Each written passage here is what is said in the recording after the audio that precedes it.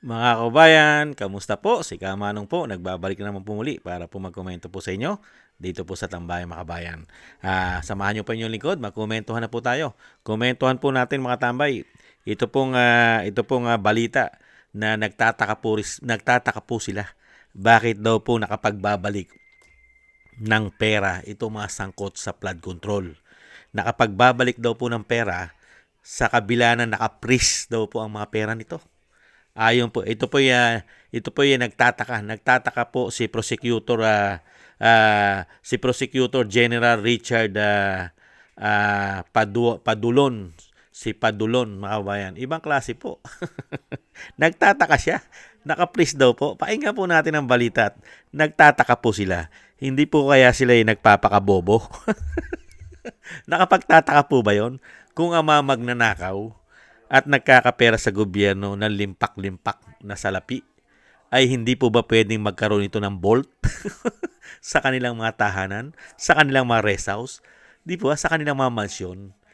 Ilalagay po ba nila sa bangko ang mga nakaw nila, mga kaubayan? O nagpapakatanga lang po umano ito pong si Prosecutor General Padulon, mga kaubayan? Pakinggan po natin si Padulon. Pakailang beses nang nagsauli ng pera ang ilang dawit sa flood control scam. Pero tanong ni Prosecutor General Richard Fadulion, saan galing ang pera gayong naka-freeze ang kanila assets? Live mula sa TV5 Media Center, nangunguna sa balita si Gerard de la Peña. At Gerard, saan nga ba galing yung mga milyones na sinauli? Alam mo, Jiggy, napapatanong na nga itong si Prosecutor General Richard Fadulion kung paano nga nakakapagsauli ng pera itong mga personalidad na dawit sa flood control scandal, lalong-lalo na yung mga kasama sa Witness Protection Program ng Department of Justice. So malamang hindi dumadaan sa banking system ito at meron pa nga raw sila nakuhang mga ebidensya na 2019 pa na-withdraw yung marami sa mga perang ito. At kung papatulan nga raw ng Bangko Sentral ng Pilipinas yung mga suggestion o yung mga panukala na i-demonetize na yung 1,000 peso bill na ginagamit natin ngayon, ay nako, mukhang maglalabasan ang napakaraming pera na may kinalaman sa korupsyon. Pakinggan natin ang pahayag ni Prosecutor General Richard Fadulion. Assets nila frozen. Pero nagtataka ka, ang tanong ng tao, saan mo kinuha yan? Mag-iisip ka tuloy, these people do not use the banking system anymore because it's easily traceable. Magugulat ba ako kung nasa dingding ng pader yan? O binaon sa lupa? Hindi na ako magugulat kasi Jiggy, sinabi naman ni DICT Undersecretary at Chairman naman ng Technical Working Group for Asset Recovery ng Independent Commission for Infrastructure na si Aboy Paraiso na gumagawa na sila or ginagawa na nila ngayon itong database na naglalaman ng mga asset na na-recover na ng pamahalaan. At kabilang dyan, itong mga air assets o mga eroplano nitong si dating Congressman Zaldico. Pero yun nga lang, sabi ni Paraiso, parang lugi dito ang gobyerno dahil gumagastos ng hindi bababa sa 50,000 pesos kada araw, kada eroplano para sa upkeep, maintenance at hangar fees nitong mga eroplanong ito. Pakinggan natin si Yusek Paraiso. Pero hindi lang depreciation ng Yan po mga tambay, nakomentuhan na po natin yan, yung mga air asset po ni Zaldico, mga kabayan. Isang congressman, isang dating congressman. Kaya nga po tayo mga kabayan, hinahanap po natin yung iba dahil napakarami po nilang asset. Hindi lang po air asset, marami pong tagong yaman, maraming pera. Katulad po nito, ito po mga sangkot na sa flood control. Marami na po nagsauli ayon po sa kanila. Karamihan po ay DSWD engineer, mga DPWH engineer ang nagsauli. Hindi ba? Yung mga district engineer ay mga nagsauli. At yung karamihan po iba ay mga contractors nagsasauli. Siyempre po, mga kabayan, may mga bolt yan Mawawalan po ba ng bolt? Mga bolt sa mga bahay nila yan. At dyan nakatago ang kanilang mga sinasabing mga kinita. Yung kinita sa illegal na pamamaraan umano. Hindi naman po nila pwedeng ilagay lahat sa bangko yan. Hindi po ba? Lalo-lalo po. Yung mga engineer, mga district engineer, mahalata naman po sila pag ibinangko po nila ang daan-daang milyon na komisyon nila. Hindi po ba? Hahanapan po sila. Bakit sila nagkaroon ng ganong kalaking pera? Saan galing? Samantalang ikaw ay engineer. Magkano lang kita ng district engineer? Hindi po ba para magkaroon ka sa loob ng isang taon ng daan-daang milyon? At ganun din po ang mga contractors po, alam po natin, negosyante yan. Mga negosyante yan. Pwede po magparami ng bangko yan. Dahil una-una, mga negosyante po yan. Hindi po ba? Kaya lang po, kailangan din po nila magsauli. Lalong-lalo po yung mga proyekto na hindi po nila natapos at naging ghost project dahil po sa dami po ng kumuha ng komisyon sa kanila. Hindi po ba? Kaya nga po yung sinasabi nga po natin, pagka ang proyekto 100 bilyon o 1 bilyon, sabihin na lang natin 1 bilyon ang proyekto. Pero sa dami po ng kumukuha ng mga magnanakaw na politiko, mga kababayan, magmula sa taas hanggang sa baba ay nangungumisyon sila sa mga contractors, kasama po ang DPWH, mga engineer, mga secretary, mga undersecretary umano, at kung sino-sino pa. Kaya po ang proyekto nagiging malabo. Wala na po sa standard. Hindi po ba? Kaya dito po mga tambay, dito po kay Padulyon, ayon po kay Padulyon, mga kabayan, siya daw po yung nagtataka paano nakapagbabalik ng pera itong mga naka-freeze asset na. Imposible ba yan? Baka nga ikaw Padulyon, meron ka ring bolt sa bahay mo, lalong-lalo ngayon sa panahon ng binagoong Pilipinas. Lahat po ay nagkakamal ng limpak na salapi. Maluwag na maluwag po sa isyu ng korupsyon at sa korupsyon ang binagoong Pilipinas sa panahon po ngayon. Halos lahat po ay may isyu ng korupsyon. Kaya hindi po kaya malayo. Nagtatanong lang po si Kamanong na isa rin po yata kayo. Hindi kaya? Prosecutor, General Prosecutor, ito pong si Prosecutor General Richard Padulyon. Hindi kaya meron ka rin mga bolt dahil sa panahon ngayon ay nagkakamal ng salapi galing sa taxpayer, sa buwis ng taong bayan. Hindi kaya laganap ang korupsyon ngayon sa ating bansa. Kaya nga po patong-patong ang impeachment ngayon na ipinapile kay Bonget na tinatawag na bangag. Kaya lang, yung tunay na impeachment ay ayaw po nilang tanggapin. Pero yung gawa-gawang impeachment, tinanggap umano. Yan po ang issue ngayon. Yung totoong impeachment ay ayaw papasukin. Pero yung impeachment na sinasabing gawa-gawa ay pasok na pasok. Dahil siyempre alam naman po natin, isang impeachment lang po ang kailangan sa loob ng 1 taon. Hindi po ba? At kung mababasura yung unang impeachment, wala na po. Maghihintay ka na naman ng susunod na taon. Hindi po ba? Discarding Macau yan. Yan ang sinasabing mapakatalinong matching, mga kabayan. Ibang klase po. Kaya po mga kabayan, dito po sa sinasabi po ni Prosecutor General Richard Padulyon, mga kabayan, nagtatanga-tangahan lang po siya, mga kabayan, na itong mga tao na ito, katulad po yata niya, baka siya rin naman, sinabi niya, baka mga pader, baka nga mga pader at dingding nila, may mga pera yan Totoo naman yon, di ba? Kaya nga po yung isang panukala po ni Senator Robin Padilla, mga kababayan, di ba? Ano sabi ni Senator Robin Padilla? Dapat daw po panukala niya tanggalin, di ba? Tanggalin ng 1,000 piso. Ang 1,000 bill ay sibakin na at tanggalin at palitan na. At ang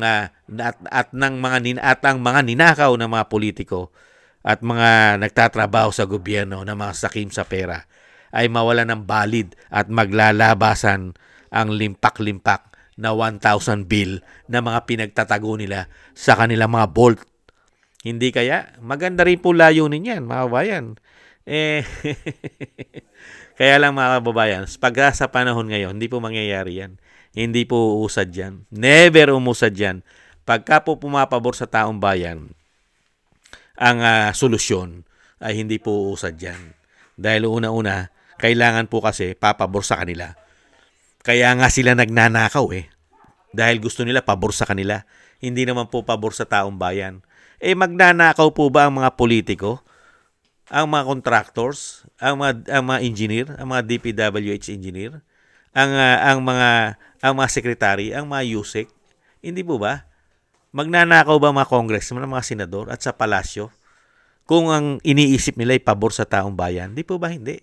Kaya nga sila nagnanakaw mga kababayan dahil ang iniisip nila ay puro pabor sa kanilang bulsa at sa kanilang seguridad. Dahil nga, mga kababayan niya, mga tao na yan, ay wala na pong contentment yan. Makakapal na po pagbumuka niyan. Dahil po, 2 piso na po ng mga prinsipyo ng mga taong yan. Hindi po ba? Kaya nga po walang natrabaho walang nagawa. Paano po may magagawa yung mga tao na yan? Lalong-lalo ang gobyerno ngayon. Paano makaagawa ng matitinong proyekto yan? Pinaghahati-hatian na nila ang pera ng taong bayan. Lalong-lalo sa mga proyekto.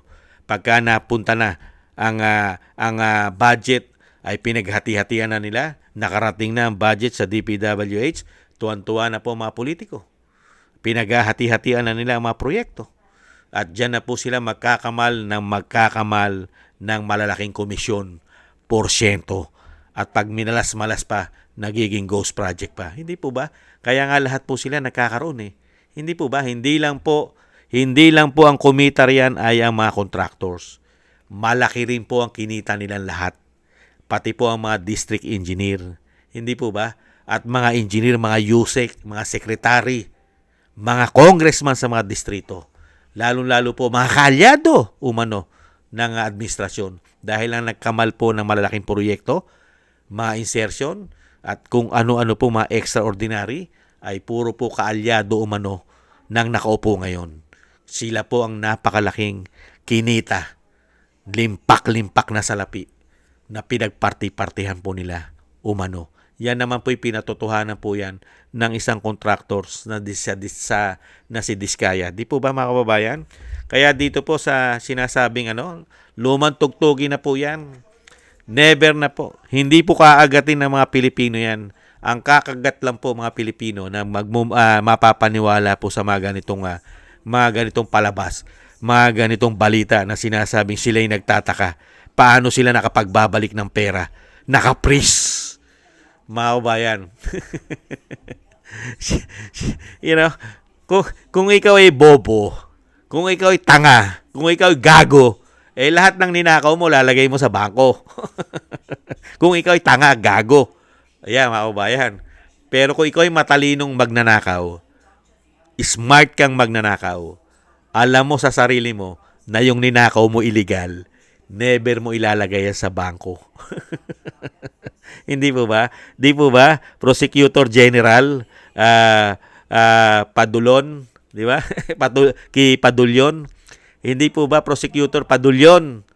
Hindi po ba? Kaya nga po gustong-gusto namin maging presidente si Inday Sara dahil baka pati po kayo Padulyon ay maimbestigahan po ang inyong mga bahay. Baka marami po kayo nakatago rin mga vault. Baka po pati yung mga dingding nyo, mga bahay ng dingding nyo, mga kisame nyo, ay punong-puno po ng pera na 1,000 o kaya nakamaleta. Dahil hindi nyo po pwedeng ilagay at natatakot din kayong ideposito sa mga bangko dahil madaling matetrace. Hindi po ba? Kaya nga gustong-gusto namin maging presidente isang Duterte. Hindi po ba mga kabayan? Para pong lahat ng ginagawa nito na paikot-ikot na investigasyon, sarsuela, ginagawang sarsuela ang investigasyon. Hanggang ngayon na hindi nila matukoy ang ulo, nananatili lang sila hanggang kay Saldico. Ayaw nilang tumbukin yung may accountability. Ayaw nila imbestigahan yung anak. Ayaw nila imbestigahan yung pinsan. Ayaw nila imbestigahan yung asawa. Saan ka pa? Di, sa buwatan, umano, yun ang lalabas dyan. Hindi ba? Pag hirap na hirap, ilang buwan mo ng investigasyon, nananatili ka lang sa baba. Puro dilis. Di ba? Puro sapsap ang iyong inaakusahan. At sa tingin nyo,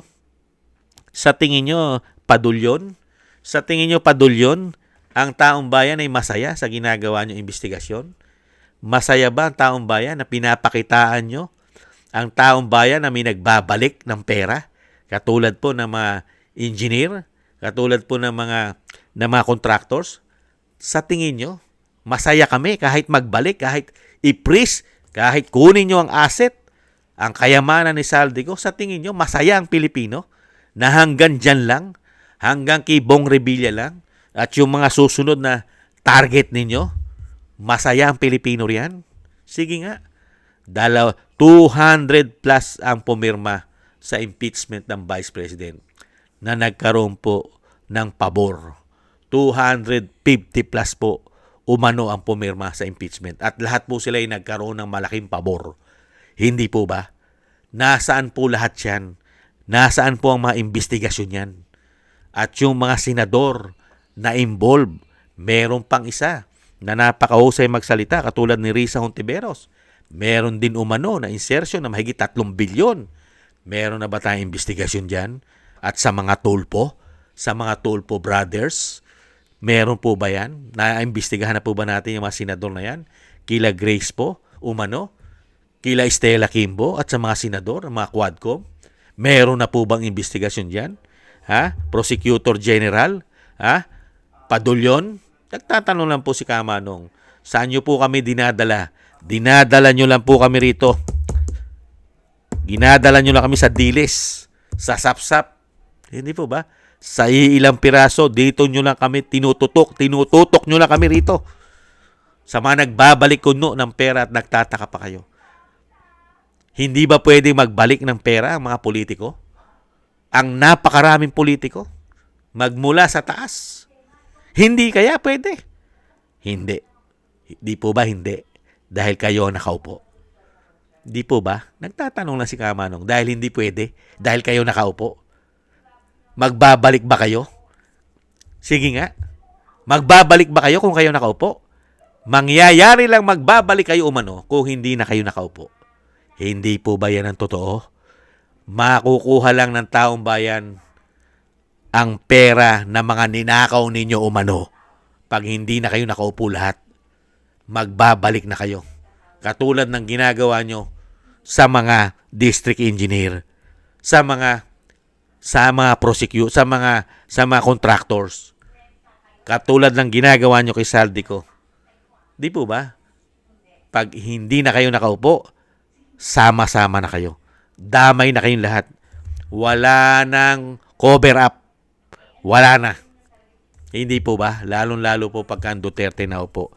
Kaya po gumagawa po ng paraan ang mga hayop na yan. At gagawa ng paraan ang mga hayop na yan umano na hindi po makaupo ang isang Duterte.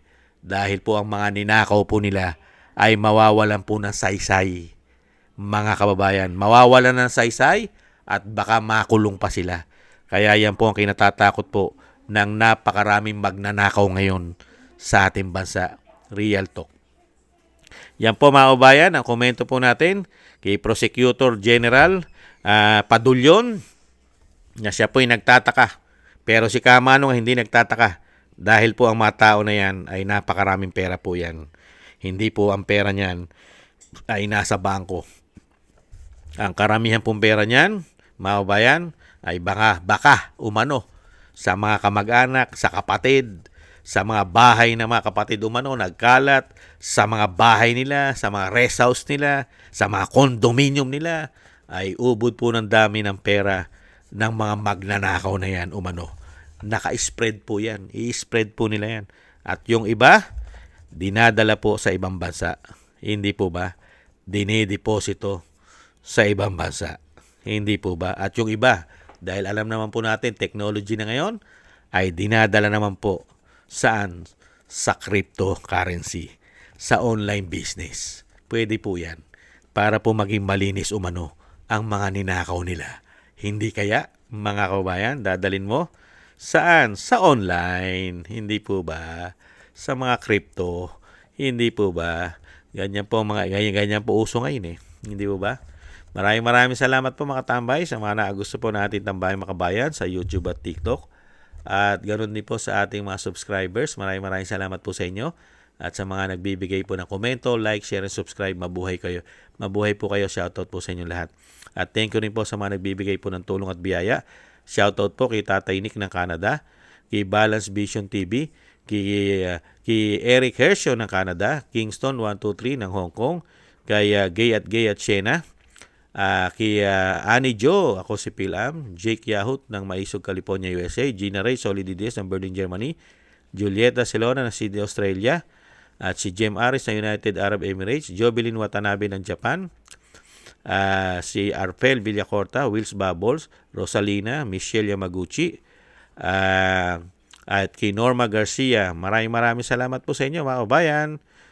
Thank you po at sana po ay maingatan po kayo lalo po sa inyo po mga paggawa. Shoutout po sa inyo lahat. At syempre po yung dasal at panalangin po natin, magsama-sama po tayo na maingatan po ang ating buong sambayanan at ang pamilya Duterte, ang ating Vice President, ganun din po ang dating Pangulo, na tayo pong lahat ay maingatan sa kapahamakan. At syempre po maduktungan pa po ang buhay at kalakasan ng dating Pangulo at makabalik na po siya sa lalong mabilis. Maraming salamat po mga tambay sa mga dasal po ninyo. At God bless po. Ingat-ingat po. Shoutout po sa inyo lahat. At syempre po, ingat-ingat tayo. God bless po. Bye-bye.